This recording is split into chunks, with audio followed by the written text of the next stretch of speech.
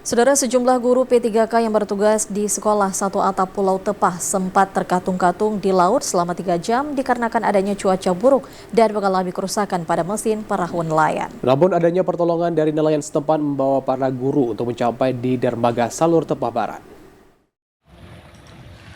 Beginilah video amatir yang diperoleh di mana para guru P3K yang bertugas di sekolah satu atap Pulau Tepah, Kecamatan Tepah Barat sempat terkatung-katung selama 3 jam dikarenakan cuaca buruk yang terjadi. Perahu yang ditumpangi para guru mengalami kerusakan pada saat hendak menyeberang dari dermaga Pulau Tepah menuju dermaga Salur. Kepala Sekolah Satu Atap Pulau Tepah Safi mengatakan, ketiga guru yang bertugas di Pulau Tepah sempat terkatung-katung dikarenakan mengalami kerusakan pada mesin perahu.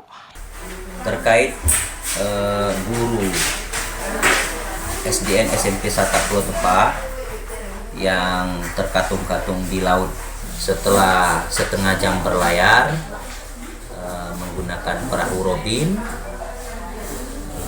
As robin tersebut mengalami patah. Adanya nelayan yang melintas memberikan pertolongan untuk membawa perahu mencapai dermaga Salur, membuat keseluruhan penumpang pada perahu nelayan termasuk guru selamat berada di dermaga Salur. Dari Simelu, Al-Asyab TVRI melaporkan.